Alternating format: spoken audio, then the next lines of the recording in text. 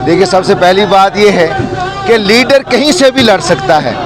अगर मोदी साहब गुजरात से उठ के वाराणसी में लड़ सकते हैं, अगर राहुल गांधी अमेठी से उठ के केरला से लड़ सकते हैं, तो उमर साहब का पूरा इलाका है, वो नेशनल कॉन्फ्रेंस के लीडर हैं, वो उड़ी से भी लड़ सकते हैं, वो नॉर्थ से भी लड़ सकते हैं, वो साउथ से भी लड़ सकते हैं। और दूसरी बात, उमर साहब की कॉन्स्टिट्यूंसी जो बीरवा कॉन्स्टिट्यूंसी है, वो बीरवा कॉन्स्टिट्यूंसी अब जम्मू और कश्मीर नेशनल कॉन्फ्रेंस की तरफ से नॉर्थ की पार्लियामेंट कॉन्स्टिट्यूंसी का एक हिस्सा है, जिसमें बडगाम और बीरवा भी आता है डिलिमिटेशन के बाद।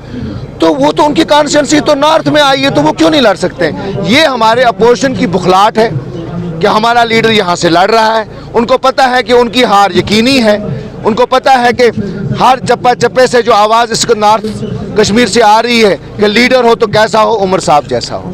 सो इसलिए ये सब बहाने इनको पता है कि इंशाल्लाह रब्बिल अज़ीम 20 मई को गिन गिन के चुन के नॉर्थ जोन की आवाम जो है वो नेशनल कॉन्फ्रेंस को वोट देगी। अगर सजाद लोन साहब को इतना ही यकीन था तो फिर सबको इकट्ठा ABCD को इकट्ठा करके उनको ही क्यों उम्मीदवार बनाया जा रहा है? लेकिन अब उनमें भी आपस में जो है वो कोऑर्डिनेशन वो नहीं हो रही है। वो भी जानते हैं कि ये सेमीफाइनल है।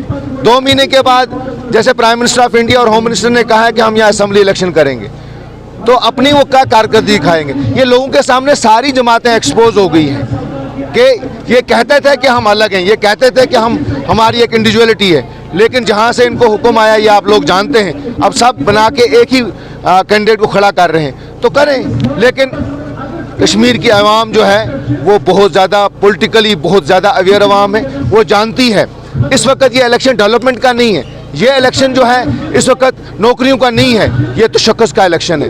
और कश्मीर की आवाम को कोई सिखा नहीं सकता है पॉलिटिकली, वो जानती है, नौजवान जानता है कि इस वक्त कौन सा लीडर जो है वो पार्लियामेंट में जाके उनकी आवाज़ को बुलंद कर सकता है, उनकी प्रॉब्लम्स को, उनकी मुश्किलात को बता सकता है। वो जम्मू और कश्मीर नेशनल कॉन्फ्रेंस है और उमर अब्दुल्ला है। देखिए, ऐसी कोई बात नहीं है, वहाँ पे इंडियन अलायंस है।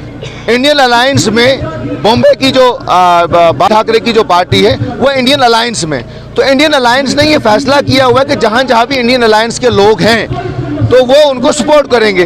तो इसमें ऐसी कोई बात है ही नहीं।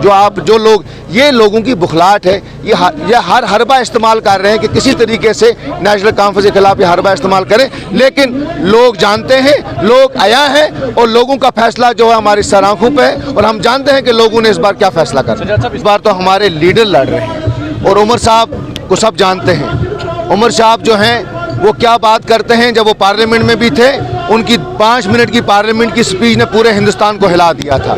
सो उमर साहब के सामने तो कोई दूसरी बात ही नहीं है। और इंशाल्लाह रब्बिल अज़ीम का आप देखेंगे कि जब पार्लियामेंट बनेगी 4 जून के बाद, तो वहाँ पे जब हमारे लीडर गरजेंगे तो पूरे हिंदुस्तान देखेगा।